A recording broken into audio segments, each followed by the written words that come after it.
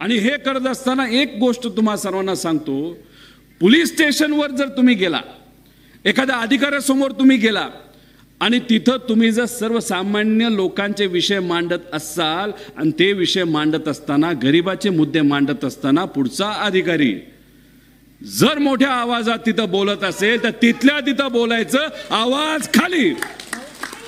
कारण का झालंय असे, या महाराष्ट्रामध्ये तुमच्यासारखे आपल्यासारखे सर्वसामान्य लोक जेव्हा पोलीस स्टेशनमध्ये जातात, अधिकाऱ्यासमोर जातात, तेव्हा आपलं ऐकलं जात नाही.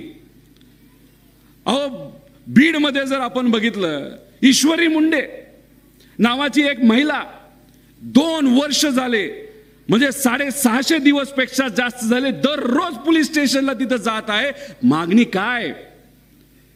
तिच्या पतीला मारलं गेलं.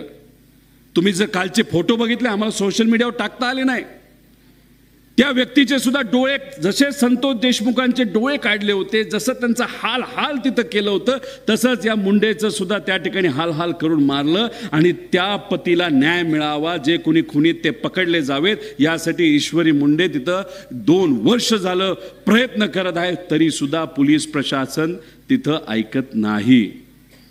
आणि मग अशी परिस्थिती असेल तर मग हे जे कुठले अधिकारी असतील, जे सत्तेतल्या लोकांचं तिथं ऐकत असतील, तर मग काय करायचं? आपण रस्त्यावर उतरायचं, तिथं लोकांची भूमिका मांडायची. मला माहिती आहे की या भागातले आमदार जरा फारच ताकदवान आहेत, आम्हालाही धमकी दिली वाटतं कुठंतरी.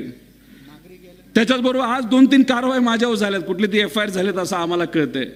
अहो, आम्ही ईडीला नाही घाबरलो तर तुम्हाला काय घाबरणार आहोत?